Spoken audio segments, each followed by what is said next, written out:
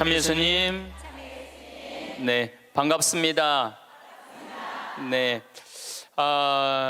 이번 강의의 주제는 변화의 도전이라는 주제로 강의를 하도록 하겠습니다.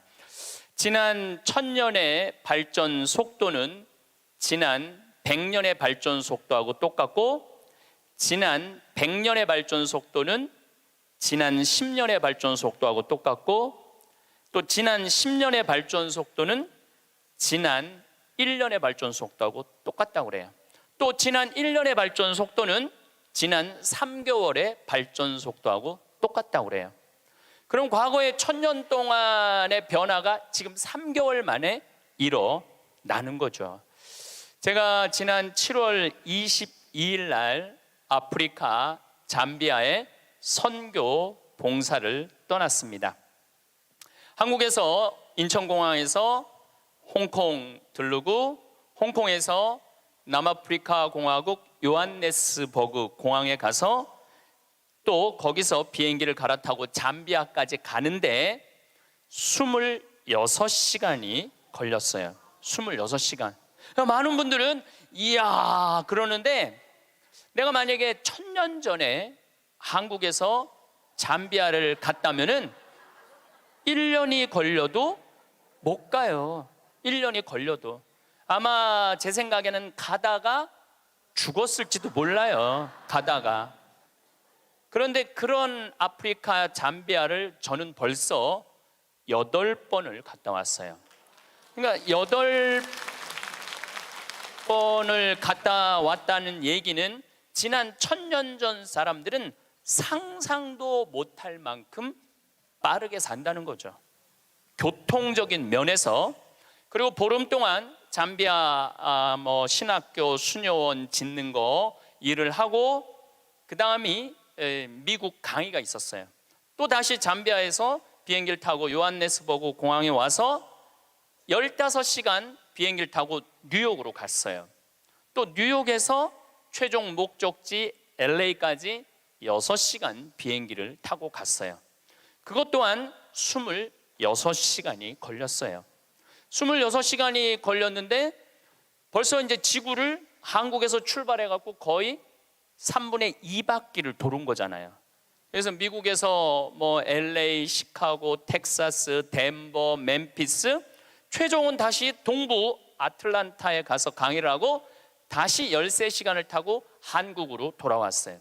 지구를 한 바퀴 딱 도는데 걸리는 시간은 3일이에요. 3일. 지구를 한 바퀴 도는데 걸린 시간이 3일이에요. 1000년 전에는 지구가 그렇게 동그란지도 몰랐어요. 1000년 전에는 돈다는 건 상상도 못했고, 아마 배 타고 많이 돌았겠죠. 배 타고 돌았으면은 아마 거의 죽었을 거예요. 그런데 이렇게 제가 지구를 한 바퀴씩 매번 도는 게 벌써 한 5번 정도 이렇게 돌았어요. 그러니까 옛날 사람들에 비하면은 나는 엄청나게 빠른 속도로 살고 있는 거죠. 여러분들 서울에서부터 부산까지 KTX로 얼마가 걸려요? 2시간 반 걸려요. 앞으로 조금 무슨 기차가 나오면 30분 걸린대요. 30분.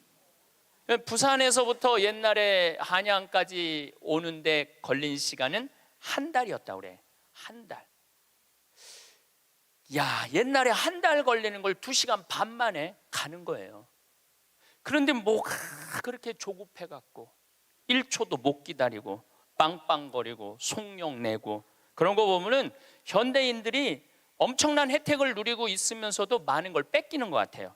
저는 요즘 운전을 할 때 거의 과속을 하지 않아요. 요즘은 내비게이션으로 여기 딱 찍으면은 평창에서부터 삼성산까지 2시간 반 정도 걸려요. 그러면 한 30분 전에 오면은 그냥, 또 요즘 차가 좋아갖고 크루즈라는 걸 걸어놓으면 앞차하고 간격을 자기가 알아서, 껴드는 차들은 다 껴줘요. 추월하겠다는 차는 다 추월하고. 근데 예전에는 나도 급하게 다닐 때는 운전이 스트레스가 많았어요. 근데 껴줄 거 다 껴주고 양보할 거 다 양보하고 그냥 앞차 따라오니까 운전이 그렇게 편안하더라고요. 여러분들도 너무 급하게 살지 마세요. 급하게 안 살아도 옛날 사람들보다는 제가 보기엔 1000배 빨리 살고 있는 거예요. 급할 게 하나도 없더라고요. 근데 교통보다 더 무서운 변화가 있어요. 교통보다 통신이에요. 통신. 1960년대는 여러분들 집에 무슨 전화기가 있었죠? 돌리는 다이얼 전화기가 있었죠? 네.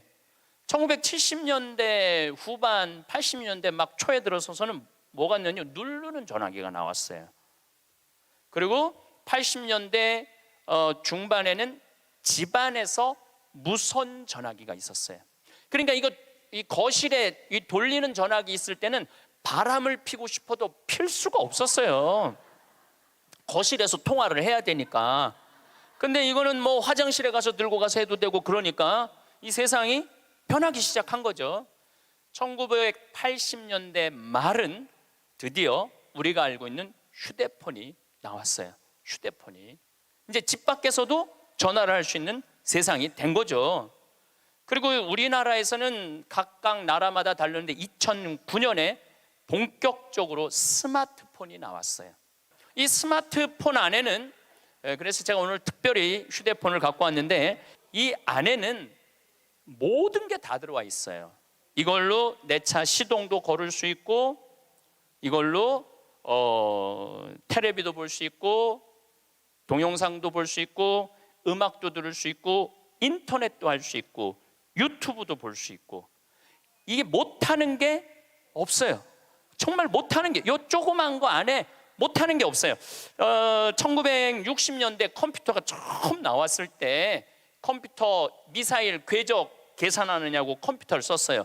그 컴퓨터 크기는 30톤이었어요. 30톤. 그러니까 이 앞에 앉아 계신 여러분들 꽉. 그런데 그거보다도 이게 성능이 더 좋아요. 훨씬 더 좋은 세상에 살고 있어요. 할머니들이, 내가 명동에, 지난주에도 명동에 모임이 있어서 갔었는데, 이렇게 걷다 보면 할머니들이 날 만나면 너무너무 반가워해요. 아이고, 신부님 여기서 만나다니, 명동 길에서. 그럼 할머니 네 분이 이렇게 만나면은 사진 찍자고, 휴대폰이 있으니까 사진 찍자고. 근데 또 찍을 줄을 모르니까 그 중에 제일 젊어 보이는 할머니한테 네가 찍으라고, 네가 제일 젊으니까. 이건 젊을수록 유리하잖아요, 휴대폰은. 근데 이 할머니가 이런 말 합니다. 나도 잘 몰라. 그래도 네가 찍어, 신부님이랑. 이런 기회가 어디 있어. 그래갖고 이제 할머니 세 분하고 나하고 이렇게 웃으면서 내가 이렇게 사진을 딱 찍으려고 웃으면은 할머니가 딱 사진을 찍으면서 하는 소리가 있어요.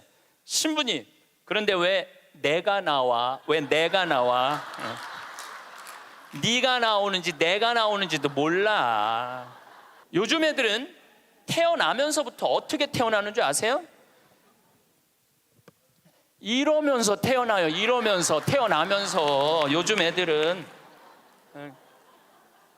그런데 1살, 2살도 그걸 보는데, 지금 60대 넘어서는 할머니들은 지금 세상이 어떻게 돌아가고 있는지 모르는 거예요. 1990년대는 세계 10대 기업 중에 일본이 8개를 차지했어요. 근데 2010년에는 세계 10대 기업 중에 일본은 하나도 없어요. 하나도. 지금은 구글, 애플, 페이스북, 아마존. 근데 여기 계신 분들 중에 구글이라는 거가 있는데 그게 뭐 다 알지를 못해. 근데 구글하고 페이스북, 아마존은 텔레비전에 선전을 안 해요. 그리고 구글은 물건을 팔지 않아요. 인터넷으로만 파는데 이 기업의 가치는 700조예요. 700조. 그래갖고 이 요즘 오로지 이 휴대폰 컴퓨터가 시장이 얼마냐면 4,300조예요. 4,300조. 상상도 못할 만큼 크죠. 제가 구글 본사에를 갔었어요. 정말로 기가 막히더라고요. 왜냐하면 모든 복도에 먹을 걸 다 놔둬요, 직원들을 위해서. 그리고 거기서 자기가 중간에 뭐 일하다가 수영하고 싶으면 요만한데 물 이렇게 내려와갖고 수영도 하고 모든 식당의 밥을 다 먹을 수 있어. 근데 걔네들은 물건을 팔지 않아요. 그런데도 어마어마한 돈을 벌어요. 그게 뭐 때문이냐면 컴퓨터, 휴대폰 때문에 그래요. 세상은 너무나 많이 변하고 있죠. 제가 논문을 쓸 때 타자기로 논문을 썼어요. 근데 딱 신부가 되니까 286 컴퓨터, 386 컴퓨터, 486 컴퓨터, 586 컴퓨터, 메가 컴퓨터, 기가 컴퓨터가 나왔어요. 그때는 막 이만한 건데 요즘은 요만한 컴퓨터로 나와요. 제가 왜 이런 말씀을 드리느냐 하면 50살 이상부터는 컴퓨터에 대해서 깜깜해요. 휴대폰에 대해서 깜깜해요. 세상은 컴퓨터, 휴대폰 세상으로 살아가고 있는데 여기 계신 분들은 깜깜이로 살아가는 거야. 깜깜이로 살아가는 거예요. 그런데 문제는 뭐 그런 거 있어도 무슨 문제야. 그냥 살면 되지. 그런데 깜깜한 상태로서 몇 년을 살아야 되느냐 하면은 50년을 더 살아야 돼요. 깜깜한 상태에서 50년을. 우리 생태마을에 오늘도 이제 피정객들이 들어와 계신데 저녁에 프로그램이 제 강의 말고도 7시부터 8시까지는 별 이야기를 해요. 우주에 관련된. 우리가 이제 생태마을이잖아요. 우주에 관련된. 근데 너무너무 좋아해 사람들이 그 이야기를. 그 하는 선생님이 그 공부를 많이 하셨어요. 그래갖고 캐나다에서 오신 분들이 그 별 얘기를 듣고 우리 캐나다 토론토에도 와서 강의해달라고 그럴 정도로. 그래서 그 선생님이 신부님 덕분에 내가 캐나다 가서 강의하게 생겼다고. 그리고 8시부터는 이번에 7월 1일 날 주교님께서 우리 생태마을에 많은 피정객들이 오니까 시카고 대학에서 상담 심리 박사학위를 딴 신부님을 보내주셨어요. 이 신부님은 8시부터 9시까지 무슨 프로그램을 하느냐면 별별 이야기를 해요. 별별 이야기를 다 해보자 이거야. 별별 이야기를. 그래서 이제 뭐 마음이 답답한 분들이 원두막에 모닥불 펴놓고 이야기를 원래는 1시간 하는데 대개 2시간에서 2시간 반 한대요. 근데 할머니 한 분이 별별 이야기를 하는데 이 할머니 하는 말이 그 신부님한테 신부님 나는 일생 남 피해 준 적도 없고 죄진 적도 없고 신앙생활 열심히 했다는 거예요. 난 정말 부끄럽지 않게 살았는데 며느리가 어느 날 갑자기 자기를 보더니 야인년아 그러더래요. 야인년아 내가 무슨 죄를 졌다고 며느리한테 그 소리를 들어야 되느냐고. 나는 억울해 죽겠다고 1시간 반을 하소연을 하더래요. 내가 그 얘기를 듣고 우리 상담 소장 신부님한테 그랬어요. 그 할머니가 정말로 모르는 게 하나 있다. 그 할머니가 정말로 잘못한 거는 안 죽고 오래 사는 게 잘못한 거다. 그 할머니의 잘못은 안 죽은 거다. 안 죽은 거. 옛날에는 집안에 그 장수하는 어르신이 있으면 집안에 가문의 자랑이었어요. 근데 참 재미난 설문조사가 있었어요.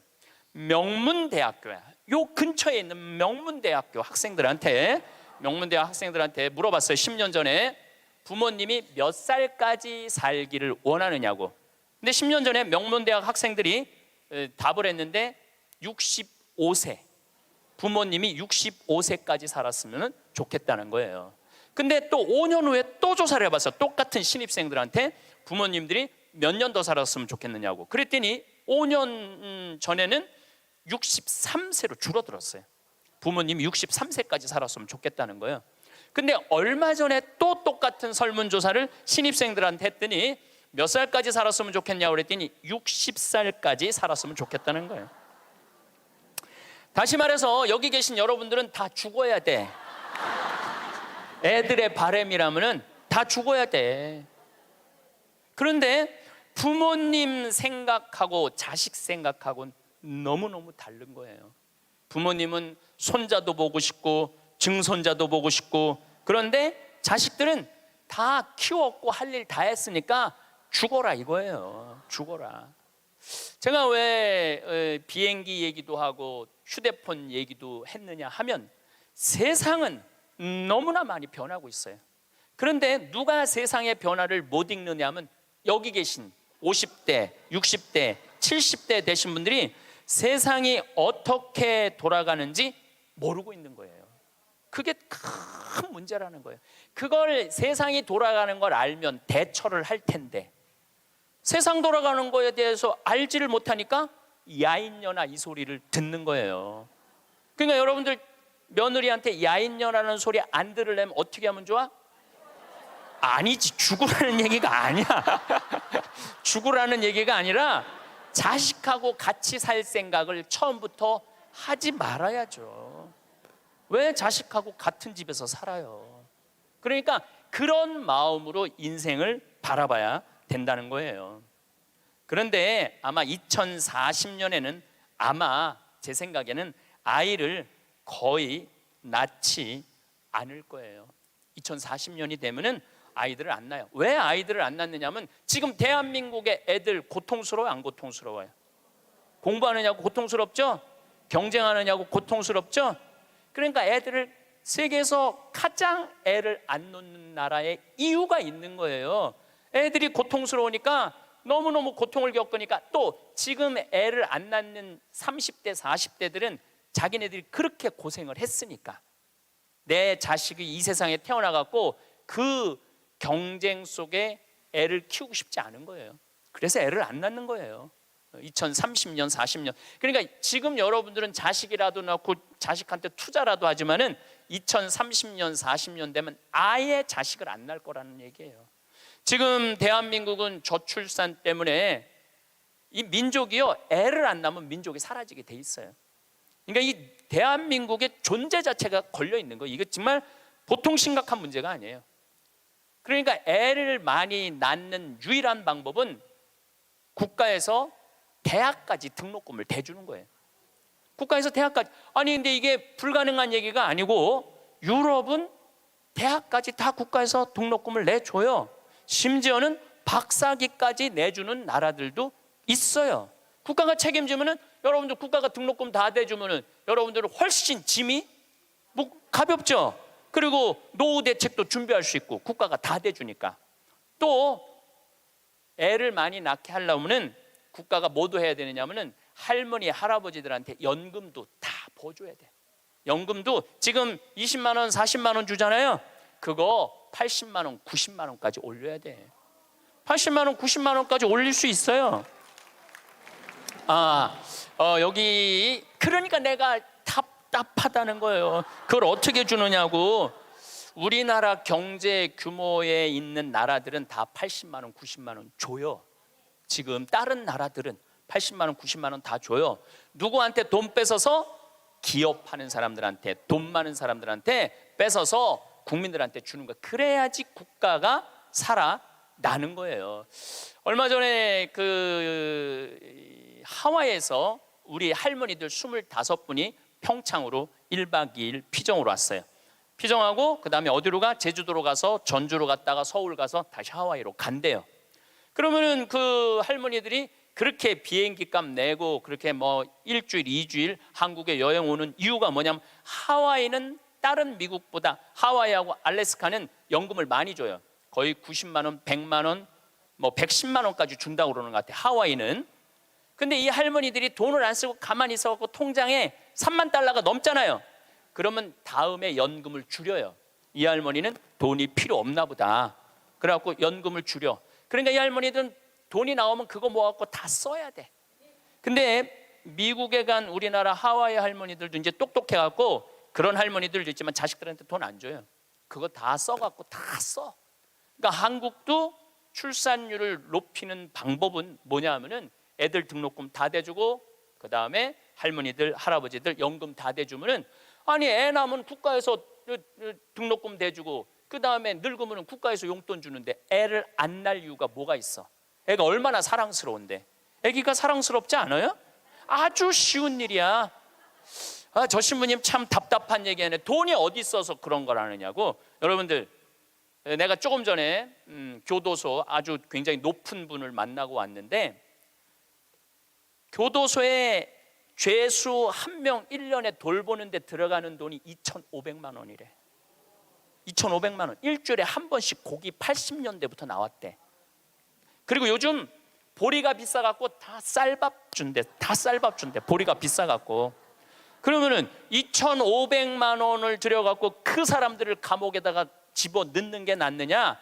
그 사람들 한 달에 200만 원씩 줘가면서 이 세상에서 건강하게 사느냐? 그게 어디가 좋을 것 같아요? 뭐가 좋을 것 같아? 세상에 나와갖고 한 달에 200만 원씩 국가가 줘갖고 쓰는 게 나라 경제에도 도움이 되는 거예요. 우리가 이 자본주의 국가, 민주주의 국가에서 돈을 아낀다고 이게 국가가 돌아가는 게 아니에요. 옛날에 못 먹고 못 살 때는 아껴야지. 근데 지금 대한민국은 돈이 흘러 넘쳐요. 돈이 흘러 넘쳐요. 이거를 골고루 온 국민들한테 다 보내야 돼. 근데 첫 번째 보내는 건 교육비 전액 국가가 부담하는 거예요. 두 번째는 할머니 할아버지들 국가가 책임지는 거예요. 그러면은 나라는 잘 돌아가게 있어요. 죄도 없어지고 범죄도 없어지고. 학교는 그럼 어떻게 해야 되느냐? 학교 가서는 공부 가르치면 안 돼요. 경쟁을 가르치면 안 되고 사랑하는 방법, 이웃을 배려하는 방법, 협동하는 방법, 재미있게 사는 방법, 노래하고 춤추고 놀이를 가르치면은 대한민국은 정말로 행복한 나라가 될 거예요. 근데 우리는 경쟁만 앞세우는 거예요. 1등만 앞세우는 거예요. 그래서 애들이 참 착하잖아요.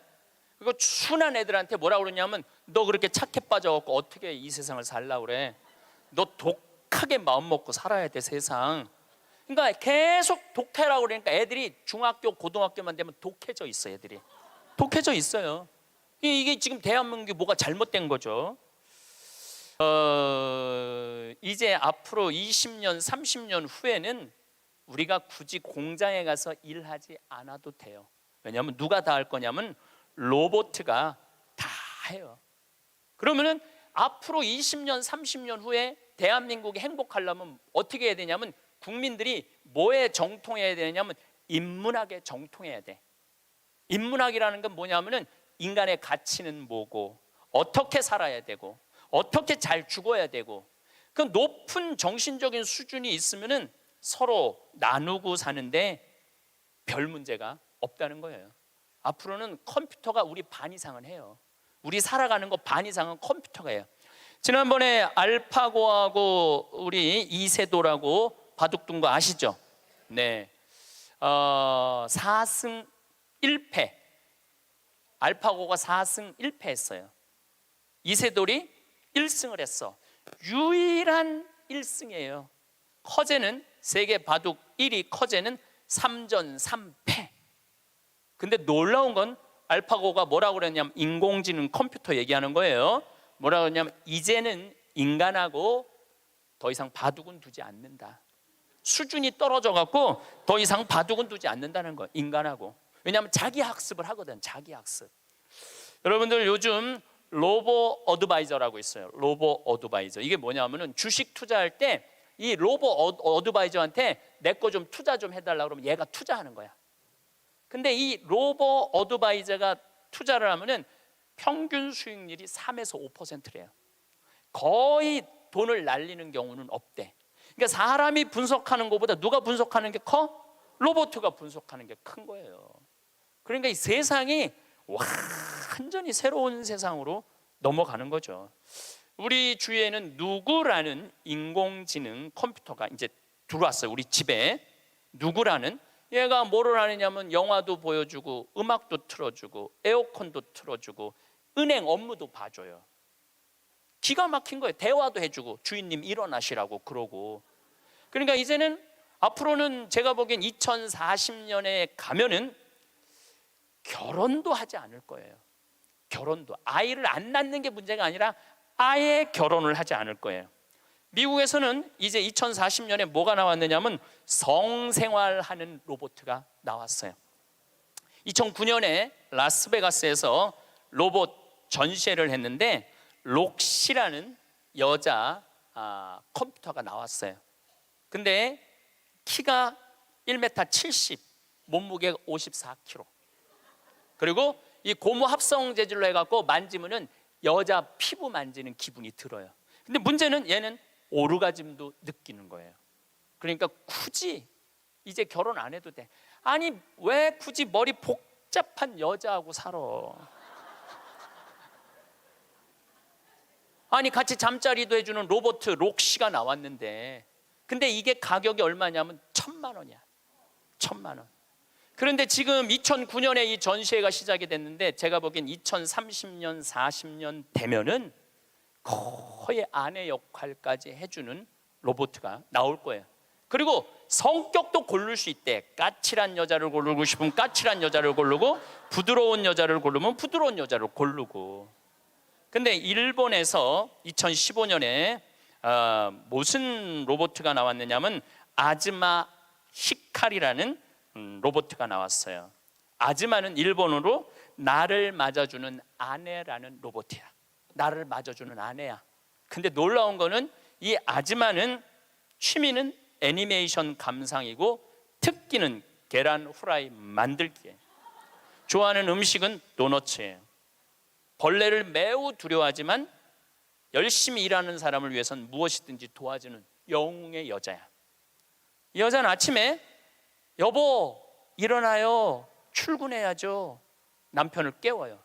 그리고 남편이 저녁에 나 몇 시에 퇴근할 거야, 그럼 날이 더우면 에어컨을 틀어놔요. 목욕물도 데워놔요. 이 로봇은 당연히 성생활도 같이 해주는 로봇이죠.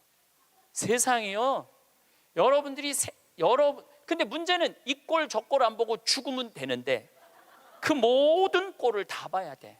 근데 그게 어떤 건지도 모르고 우리는 살아가는 경우가 너무 많아요. 이 록시를 만든 개발자의 최종 목표는 섹스를 넘어서서 실질적인 동반자의 여자를 만드는 게 최종 목표예요. 그러니까 단순히 상담도 고민도 위로도 해주는 거죠. 2040년이 되면은 어떤 로봇가 나오느냐면은 벌써 이제 감정을 느끼기 시작한다고 그래요. 감정을 느끼는 로봇가 나온대요.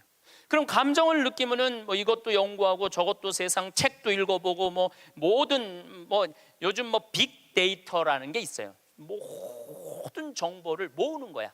근데 모든 정보를 모아봤더니 하느님이 있는 것 같아. 로봇가 생각해 보기엔. 그래갖고 나도 좀 세례를 받아야 되겠다. 나도 좀 신앙생활을 해야 되겠다. 그래갖고 나한테 와갖고 신부님 저 세례 좀 주세요. 저 록시가 와갖고 신부님 저 세례 받고 싶어요. 세례 줘야 돼 말아야 돼? 안 돼요? 내가 너 세례 못 줘? 그러면은 얘가 이럴 거예요. 신부님 걱정하지 마세요. 우리가 세례 주는 로봇을 만들면 돼요. 세례 주는 로봇 만들면 돼요. 이게 굉장히 복잡한 이야기인데 이게 진화의 한 과정이에요. 우리가 무슨 네안데르탈인, 무슨 호모사피엔스, 크로마뇽인, 이게 다 진화되면서 우리가 됐잖아요. 그럼 우리가 또 진화를 해갖고 그런 DNA 조작 인간, 이 DNA 조작 인간도 제가 언제 얘기를 했냐면 1997년부터 얘기했어요.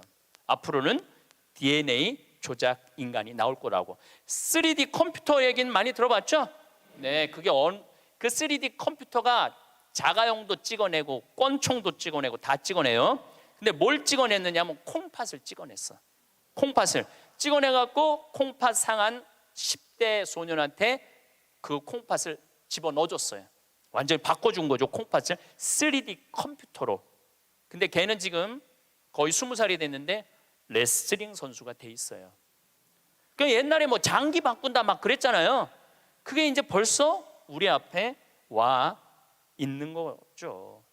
제가 너무 앞서 나가는 것 같지만 지구를 3일 만에 한 바퀴 도는 세상에 우리가 살고 있어요. 지금은 4차 산업의 시대라고 그래요. 4차 산업의 시대. 1차 산업은 뭐냐면은 증기기관, 와트가 실린더 증기 막 보일러 막 끓여갖고 증기가 해갖고 실린더 피스톤 왔다 갔다 해갖고 증기기관. 그래서 증기기관 배, 증기기관 기차 뭐 이런 거 생긴 게 1차 산업이에요. 2차 산업은 에디슨이 전기를 발명했어요. 전기. 그래갖고 지금 이거 다 전기의 혜택 아니에요. 지금 우리가 전기 없으면은 한순간도 못 살 거예요. 여러분들 냉장고, 밥하는 거, 뭐 뭐든지 세탁기 다 뭘로 돌려? 전기로 돌려요. 그런데 1980년대부터 본격적으로 이제는 누구의 시대가 왔느냐면 컴퓨터 시대가 왔어요. 거기에 혁신적인 사람이 벌써 죽었지만 스티브 잡스라는 사람이에요.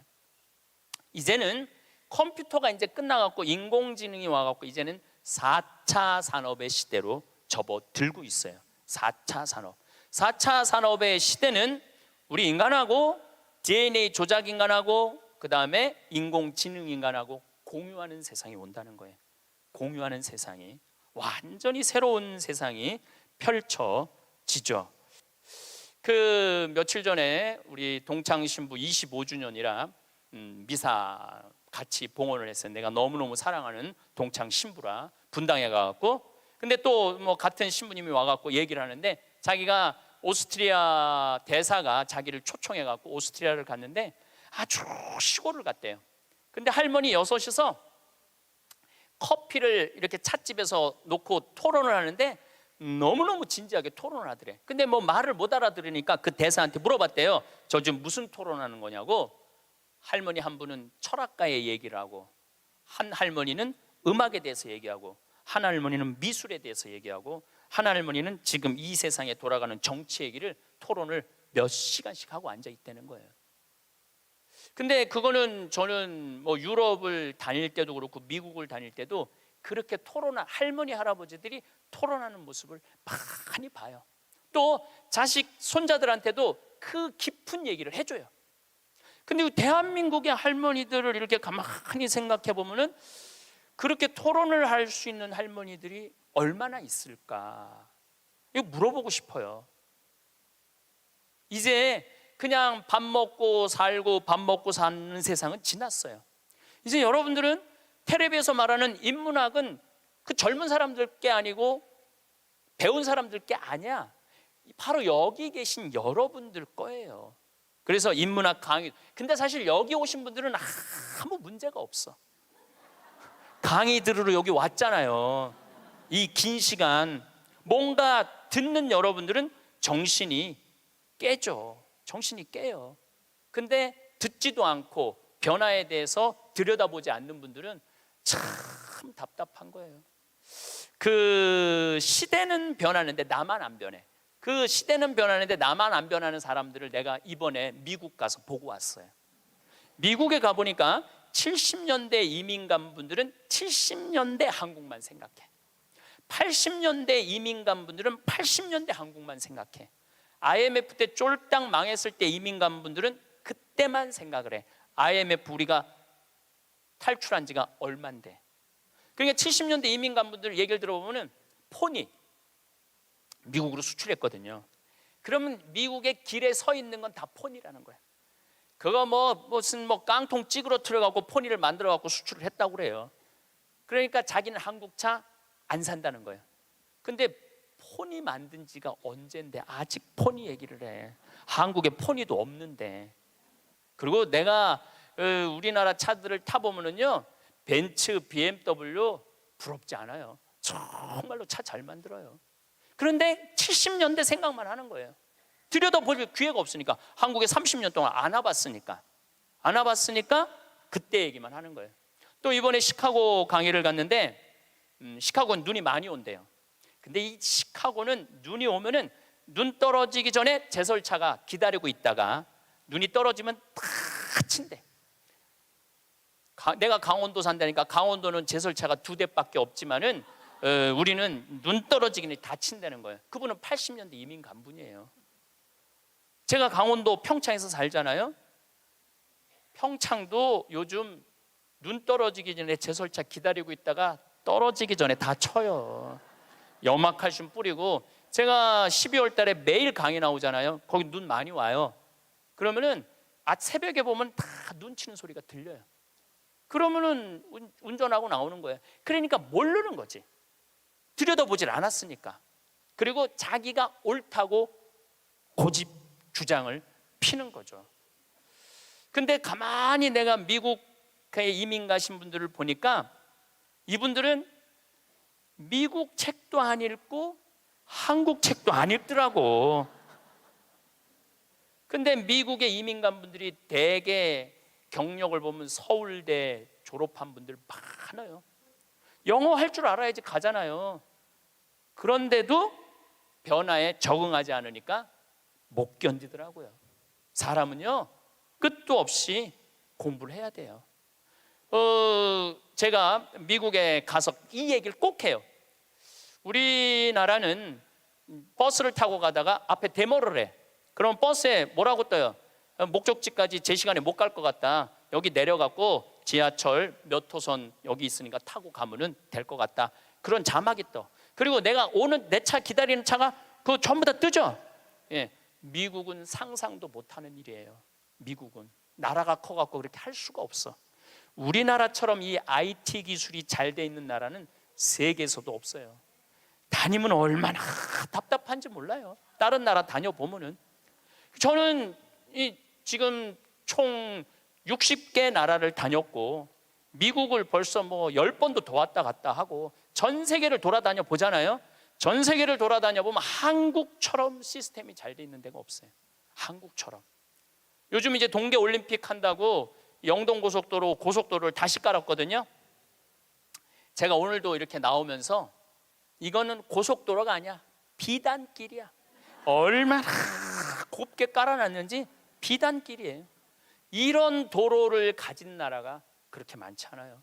미국도 도로 기가 막히게 잘 깔아요. 걔네들은 정말 상상도 못할 만큼 잘 깔아요. 미국 사람들. 그래도 이 영동고속도로만큼 비단길은 없더라고요. 우리나라가 돈도 많고 참 좋은 나라예요. 한 세대 만에 원조 받는 나라에서 원조 해주는 나라로 바뀌었어요. 이거는 전 세계에서 대한민국밖에 없어요. 지금 코트라 활동 대단해요. 또 제가 뭐 영남대학 무슨 많은 대학을 이렇게 다녀보면은 서울대학도 마찬가지고 무슨 각 대학마다 제3국에 있는 나라 학생들을 데려다가 공부를 시켜요. 그리고 석박사 과정. 그리고 공부만 시키는 게 아니야. 활동비, 생활비, 뭐 전세비 다 줘요. 그래갖고 여기서 공부하고 거기 가면은 집도 한 채 한대요. 그러니까 우리나라가 그렇게 지금 많이 도와주고 있는 나라예요. 원조 받는 나라에서 원조 해주는 나라로 바뀐 대단한 나라예요. 그리고 개발도상국 동남아시아 국가에서 가장 닮고 싶은 나라 1위는 어디냐면 대한민국이에요. 대한민국을 가장 닮고 싶어요. 그러니까 한국어를 그렇게 많이 배우는 거예요. 여기저기서 한국어를 많이 배우는 거예요. 아시아 국가 중에 민주주의도 1위예요. 미국이 민주주의 지수가 19위, 일본이 20위, 우리나라가 21위예요. 나는 내가 보기엔 미국보다 대한민국이 더 민주주의가 좋은 것 같아. 왜냐하면 경찰서에서 술 먹고 난동 부리고 의자 내던지는 나라는 대한민국밖에 없어요. 공무원들도 마찬가지예요. 뭐 공무원들 부패 지수가 높다 그러지만은 그건 높은 사람들이고 요즘 젊은 공무원들 그 어려운 시험 봐서 통과한 공무원들은요. 오늘도 우리 이 직원이 무슨 우리 이제 생태마을 물건 허가 때문에 읍에 들어갔다 왔는데 그렇게 친절하게 설명을 해주고 도와주더라는 거예요. 근데 미국이나 뭐 유럽이나 가보면요 공무원들이요 얼마나 고압적인데요. 기다리라고 그러면 일주일도 기다려야 되고 2주일도 기다려야 돼. 참 좋은 나라에서 살고 있는 거예요, 여러분들. 세계에서 최단 기간 IMF를 극복한 나라는 우리나라밖에 없어. 3년 8개월 만에. 이것도 금 모은 나라. 대단하지 않아요? 한글의 기적, 문맹률이 1.7%밖에 안 돼요. 98%가 글을 읽을 수 있는 나라예요. 정말로 내가 보는 대한민국은 위대하고 대단한 나라야. 그래서 대한민국을 뭐라고 부르느냐면 대단해서 대한민국이라고 그러는 거야. 대단해서 대한민국이라고. 더 놀라운 건 1970년대에서부터 2010년까지 필리핀은 국민소득이 10배 증가했어요. 필리핀이 1970년서부터 2010년까지 40년 만에. 그러니까 1970년대는 필리핀이 우리보다 잘 살았다는 얘기죠. 근데 1970년서부터 2010년까지 필리핀은 10배 늘었는데 대한민국은 몇 배가 국민소득이 늘었느냐면 82배가 늘었어요. 82배. 상상을 초월할 만큼 우리가 돈도 많이 버는 나라예요. 근데 정말로 대한민국이 행복한 나라일까요? 이 얘기는 다음 시간에 그 뒷이야기를 하도록 하겠습니다. 감사합니다.